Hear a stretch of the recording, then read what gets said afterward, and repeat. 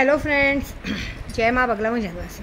Sorry to से आज मैंने वीडियो नहीं बनाई सुबह से, क्योंकि मैंने ऐसा सोचा कि मैं साईं बाबा के पास हूँ। अपने 1 साल के बाद साईं बाबा के दर्शन हो रहे हैं। एक्चुअली इतनी यात्रा है कि मैं इनके बाजू से ही हमेशा गुजरती हूँ। इतनी बार सैलानी बाबा गई हूँ, सब गई हूँ, हमेशा शिरडी के बोर्ड देखती हूँ, लेकिन आ ही नहीं पाती हूँ। उनका बुलावा ही नहीं था, तो आज बुलावा आ गया नसीब से। तो सुबह उठी, फटाफट तैयार हुई, मेरे साईं बाबा के दर्शन करने को गई। एक्चुअली कल 1100 बार हनुमान चालीसा का पाठ पूरा हुआ था, गुरु मंत्र बाकी था, गुरु मंत्र करना था। एक्चुअली देखिए, मैं आप लोगों को क्या होमवर्क दूंगी, मुझे कम से कम इतने होमवर्क रहते हैं, मतलब इतना सारा पढ़ाई रहता है, जाप रहता है कि पहले वो जब तक पूरे ना हो मैं कुछ काम नहीं कर सकती। मेरे घर से, मेरे गुरु की, मेरे पंडित जी की, मेरे सबकी शिकायत मुझे आ रही कि तुम फ़ोन ही नहीं करती हो, तुम्हारा फ़ोन पे बात ही नहीं होता। कैसे होगा? काम पहले ज़रूरी है ना। लोगों का काम लेके रखा है। 1.25 महीने का ब्रह्मचार्य का व्रत लिया है, और अभी आने वाले 10 तारीख तक के अंदर पूर्णिमा है। 9 तारीख को, 9 तारीख की पूर्णिमा होने तक, मतलब पूरा पूर्णिमा होने तक मेरा 1.25 महीना पूरा होगा। अमावस्या से शुरू किया था मैंने, अमावस्या से अमावस्या 1 महीना, और अमावस्या से पूर्णिमा पूरा 1.25 महीना का ब्रह्मचार्य का व्रत पूरा होगा। अभी भी मेरी कम से कम सिर्फ 3 पूजा बची है। कल यहाँ से, कल हमारा सोमवार का लास्ट सोमवार है। कल त्र्यंबकेश्वर जाऊँगी, उसके बाद घर पहुंचूंगी। घर भी बच्चों को मिलना, अब तो कामाख्या ही घर है। उसके बाद बच्चों को मिलूंगी, बच्चों को मिलके वापस जाना है खंडोबा, जेजुरी, क्योंकि महाराष्ट्र के देवत है ना। महाराष्ट्र में जो भाषा विवाद चल रहा है, तो अपने देवत से, कुल देवत से ज़रा शिकायत करने तो जानी बनती है ना।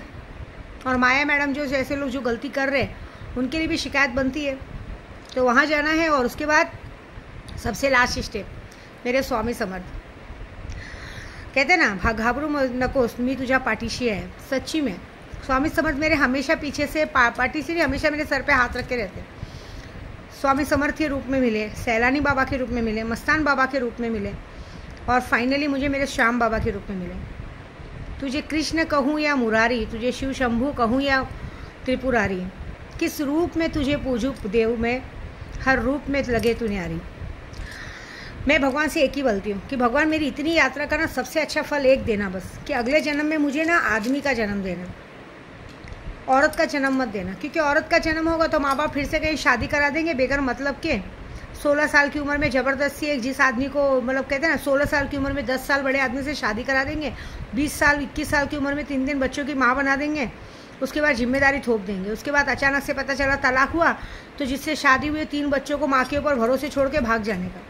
फिर जिन बच्चों को पाल पोस के बड़ा करो, फिर वो लोग बच्चे बड़े होके मुझे धंधे वाली कहें। ऐसी बात हो जाती है ना। तो ऐसा परिवार, ऐसे बच्चे, ऐसे लोग, ऐसा समाज मुझे नहीं चाहिए। और समाज ऐसा जो समाज में पैसा है तो हाँ जी, पैसा नहीं है तो तुम कौन जी, है ना। जिसे अपना दूसरा हमसफ़र बनाया, वो हमसफ़र बनने वाला आदमी वो हमेशा मतलब कहता है आप तो मेरे दिल से उतर गए। मैं ना बहुत चूज़ी औरत हूँ। मेरा कपड़ा भी अगर कोई पहन लेता तो मुझे दोबारा कपड़ा पहनने का मन नहीं करता। और मैं तो जिससे बहुत सारा प्यार किया, उस प्यार को मेरी कदर ही नहीं है। उसको एक्चुअली एक सो कॉल फालतू औरत जो उसके घर में बैठी हुई है, गेंडे जैसा शरीर लेके, वो उसके साथ अब रह रही है, तो बस उसको ऐसा लगता है कि मुझे छुड़ाना चाहते हैं। हम क्यों छुड़ाएंगे? वो तुझे खुद छोड़ के जाना नहीं चाहती, वो टेंशन मत ले, तुझे छोड़ के जाएगी भी नहीं, क्योंकि उसको पता है कि वो तुझे छोड़ देगी, उसको कोई पूछने वाला भी नहीं है। क्योंकि भगवान ने उसकी शक्ल, अकल और साइज़ ऐसा हालत बनाया है कि उससे कोई नहीं पूछेगा। एक रात की रानी भले सब बनाएंगे, लेकिन ज़िंदगी भर की रानी बनने की लायकी की नहीं है वो। और दूसरा, फिर क्या फ़ायदा? और उसके बाद उससे बचे हुए तो इंसान को सब कुछ मिलने के बाद, प्यार, पैसा, पोजीशन सब मिलने के बाद भी अगर उसको हर औरत में रानी नज़र आए तो क्या मतलब है? फिर ऐसे आदमी से मुँह लगना, बात करने का ही मन नहीं करता। तो मैं चाहती हूँ अगले जन्म में मुझे ना आदमी का जन्म मिले। आदमी का जन्म मिलेगा तो मैं अपनी मर्जी की रहूँगी। मैं सिर्फ पूरा ब्रह्मचार्य व्रत करके हनुमान जी की भक्त बन के 24 घंटे अपने हनुमान बाबा का व्रत करूँगी। देखो, आज मैंने शनि सिंगनापुर के दर्शन किए। आपको सच बोलूँ, मैं आज, मेरी उम्र 43 ईयर्स की हो गई, 44 पूरा होने आ गया, लेकिन शनि भगवान ने मुझे कभी परेशान नहीं किया। मेरे पास 7.5 या ये सब कुछ है, लेकिन उन्होंने मेरे पिता बन के हमेशा मुझे हाथ पकड़ के रखा। काली माता की जब मैं पूजा करती हूँ तो कहते हैं काली माता के अधिशास्त्री है, मतलब काली माता के कहते हैं हर एक ग्रह किसी न किसी के अधिशास्त्री है। जैसे बगलामुखी की पूजा करो तो मंगल का अच्छा फल मिलता है, काली की पूजा करो तो शनि का अच्छा फल मिलता है, ऐसे सब चीज़ों का रहता है। धूमावती की पूजा करो तो राहु का फल अच्छा मिलता है। समझे आप? ये हर एक चीज़ों की अलग अलग चीज़ें रहती हैं। तो बस मैं शनि भगवान का दर्शन की और मैंने यही बोला कि अगले जन्म में मुझे आदमी का जन्म देना। श्याम बाबा कम से कम मैं ब्रह्मचार्य का व्रत करके दुनिया से कुछ मतलब नहीं, बस अपना आपके भजन में लीन रहूं, कहीं भी जाऊं, कहीं भी पूजा करूं। अब देखिए मैं परसों मैं कल नहीं परसों मैं मसानी मेलेडी में बैठी थी, सब आ रहे थे मुझे पैर पड़ के, कोई 10 रुपये कोई 20 रुपये देके जा रहा था। मेरा खर्चा कितना है, मैं कहीं भी मंदिर में भी बैठ जाऊँगी तो दिन भर का कोई ना कोई मुझे खाना ला के दे देगा कोई, लेकिन मैं औरत हूँ ना, औरत की तरह से सब गंदी नज़र से देखते। एक आदमी रहूँगी तो एटलीस्ट किसी की नज़र भी गंदी नहीं पड़ेगी और पूजा पाठ भी कर लेंगे। लेकिन एक बात बता रही हूँ, बहुत सारे लोगों ने एक अघोरी का दिल दुखाया है। हर किसी ने कोशिश की है कि विद्या देवी जिससे बहुत ज़्यादा प्यार करती है उससे उसको दूर किया है ना, किया है। सबसे पहले मुझे मेरे बच्चे से, केशव से दूर किया, उसके बाद मुझे मेरे प्यार से दूर करने की कोशिश की। मैंने ज़िंदगी में सिर्फ़ और सिर्फ 3 इंसानों को बहुत प्यार किया है। सबसे पहले मेरे भगवान, जिनको मैं बहुत ज़्यादा पूछती हूँ, मेरी माता रानी, मेरे ख्वाजा जी, मेरे श्याम बाबा। दूसरा मेरे बच्चे, मेरा केशव हो गया, मेरे तीनों बच्चे प्रेरणा, प्रांजल, हनी। और तीसरा मेरा प्रदू। इन सबसे लोगों ने मुझे दूर करने की कोशिश की। पहले मेरे भगवान से दूर करने को, भगवान से तो दूर कोई कर नहीं पाया। मेरे बच्चों से दूर करने की कोशिश की। आज की तारीख में मेरे बच्चों की नज़र में मुझे दुश्मन बना दिया गया। मेरे केशव को मेरे पेट से ले लिया गया, ठीक है। और तीसरा मेरे प्रदू को, जिसको मतलब सबको लगता है कि इसकी कमज़ोरी, तो हर किसी ने हमेशा पूजा पाठ में यही सोचा है कि इसने हमको हमारे प्यार से दूर किया, इसको इसके प्यार से। चलो छोड़, कोई बात नहीं। ये अघोरी विद्या देवी, मैंने जो 1.25 महीने की यात्रा की है, मैं 1.25 महीने की यात्रा के बलबूते पे ब्राह्मण होके, एक ब्राह्मण जात की लेडी होके, भारद्वाज गोत्र उत्पन्न, कामाख्या से दीक्षित पंडित, कामाख्या की पंडित हूँ मैं, दीक्षित, कामाख्या से गुरु मंत्र मिला है, बगलामुखी की साधक हूँ, विंध्याचल मेरी कुल देवी है, ख्वाजा जी मेरे नाज उठाते हैं। उन सबके नाम से और जितनी भी मैंने यात्रा की, खाटू श्याम बाबा से, मुंबई से लेके पावागढ़ से लेके खाटू श्याम से लेके कामाख्या तक, कामाख्या से खाटू श्याम तक, खाटू श्याम से मेरे घर तक, जितनी भी यात्रा मैंने जिन जिन भगवानों की यात्रा की, सब भगवानों को साक्षी मान के विद्या देवी तुम सबको श्राप देती है। जिसने मुझसे मेरा बच्चा छीना, उनके घर में कभी औलाद का सुख नहीं रहेगा। वो उनके घर में कोई दिया जलाने वाला नहीं बचेगा। उनके घर में अगर कोई औलादें रहेंगी, वो भी किसी कार एक्सीडेंट में या बीमारी से मर जाएंगी, चाहे जो भी हो। जिसने मुझे मेरे प्यार से दूर करने की कोशिश की, जिसने सोचा कि इसका प्यार हो, तो 16 साल की उम्र से लेकर कहते हैं ना 90 साल की उम्र तक का इंसान होगा, उसे आज ज़िंदगी में कभी प्यार नहीं मिलेगा, कभी शादी नहीं होगी। कभी शादी हो गई तो बस वो एक शरीर का टुकड़ा बन के रह जाएगी। जिससे शादी हो गई, या तो वो इंसान मर जाएगा या तो वो इंसान उसे छोड़ के चला जाएगा। बस हर किसी के लिए कहते हैं ना शरीर का निवाला बनेगी। कभी उससे बच्चे का सुख नहीं मिलेगा। जिस तरह से विद्या देवी को प्यार के लिए, प्यार से दूर करने के लिए लोगों ने जादू मंत्र वो किया है, तुम्हें भी ज़िंदगी में आजीवन कभी प्यार नहीं मिलेगा। ना बच्चों का प्यार मिलेगा, ना पति का प्यार मिलेगा, ना माँ बाप का प्यार मिलेगा, किसी का प्यार नहीं मिलेगा। ये दिल से श्राप दे रही हूँ। अगर मैंने सच्चे मन से सारी नंगे पैर सारे तीर्थों का दर्शन किया है, सारे तीर्थों के दर्शन से श्राप दे रही हूँ। और ये श्राप तुम्हारे आने वाली 7 पीढ़ियों तक नहीं हटेगा। एक अघोरी का श्राप है। तुम लोग को घर में कोई दिया जलाने वाला नहीं बचेगा। तुम लोग भी प्यार के लिए तरसोगे, तुम्हारे घर में अग्नि नहीं जलेगी, तुम्हारे घर में भूखमरी पड़ी रहेगी। हमेशा तुम्हारे बच्चे और तुम्हारे पति सब लोग बीमारी से दवाई में खर्चा करते रहेंगे। ना नौकरी रहेगा, ना धंधा रहेगा। जिसने मेरा दिल दुखाया, जिसने मुझसे हराम के पैसे लिए ना, उसी हराम के पैसे से देख लेना तुम्हारी मैयत को आग लगाने के लिए भी लकड़ी का पैसा नहीं रहेगा। ये मेरा वादा है। जिससे मुझे मेरे प्यार से दूर करने की कोशिश की ना, उनकी ज़िंदगी में प्यार का नामो निशान नहीं रहेगा। ज़िंदगी भर तुम लोग प्यार के लिए तरसोगे, चाहे ये मेरी खुद की पेट की जनी औलाद क्यों ना हो। ये श्राप सबको लगेगा। ये मेरा श्राप है।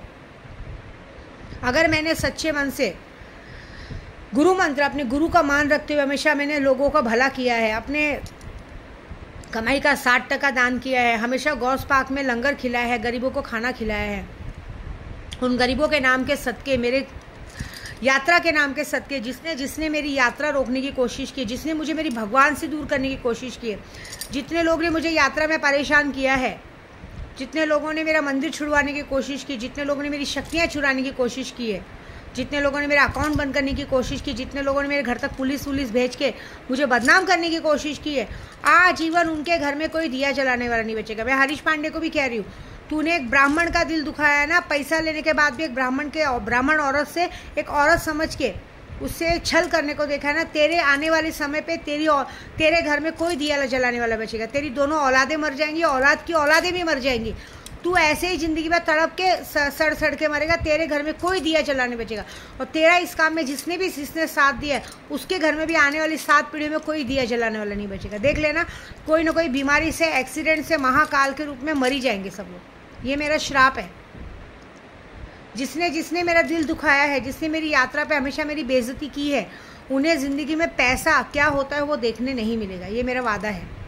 ये मैं दिल से श्राप दे रही हूँ आज, और अपने भगवान को साक्षी मान के दे रही हूँ। जिसने मेरी शक्तियाँ चुराने की कोशिश की, जिन्होंने मुझसे गुरु मंत्र लेके मुझे इस तरह से नीचा दिखाने की कोशिश की, वो भी ज़िंदगी भर लोगों से नीचा ही देखते रहेंगे, कभी आगे नहीं बढ़ेंगे। ये आज की तारीख में लिख लेना।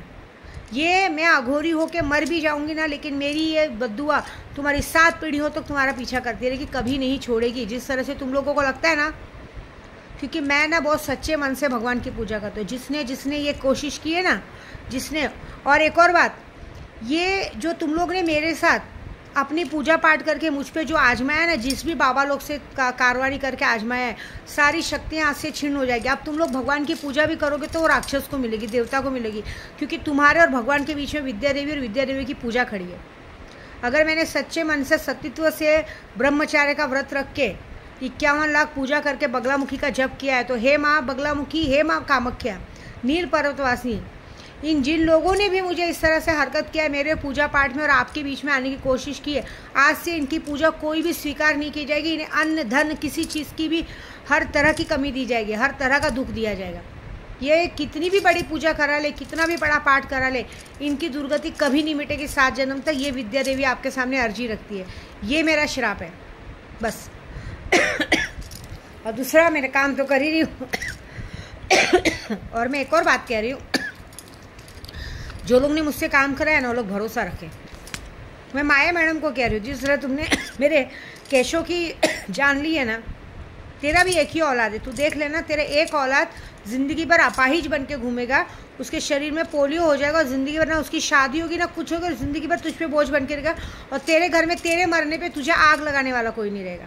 तेरे 7 पीढ़ियों में कोई तुझे दिया जलाने वाला कोई नहीं रहेगा। जितने लोगों ने भी मुझे धंधे वाली और अंडी से कहते हैं सुशोभित किया है बोल के, वो लोग भी वही कमाई खा के जिंदा रहेंगे।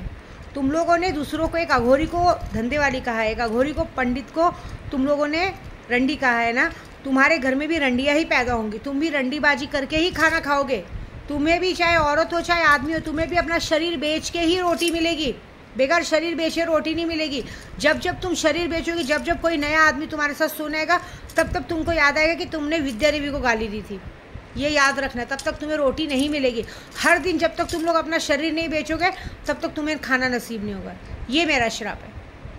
जिसने मेरा दिल दुखाया है, साईं बाबा के मंदिर में बैठी हूँ, साईं बाबा के सदके बोल रही हूँ कि तुम्हारी दुर्गति ऐसी होगी जो कभी नहीं, क्योंकि तुम लोगों को, चाहे कोई पुलिस वाला हो, चाहे वकील हो, चाहे जो भी हो, जो भी बोरीवली पुलिस वालों ने भी गलत लोगों का साथ दे के मेरे घर तक आने की कोशिश की ना, तुम्हारे घर में भी कोई दिया जलाने वाला नहीं बचेगा। जिस तरह से तुम लोग दूसरों के घर में आके परेशान करते हो ना, तुम्हारे बच्चे भी ड्रग्स गांजा के नशे में ही उनकी मौत होगी।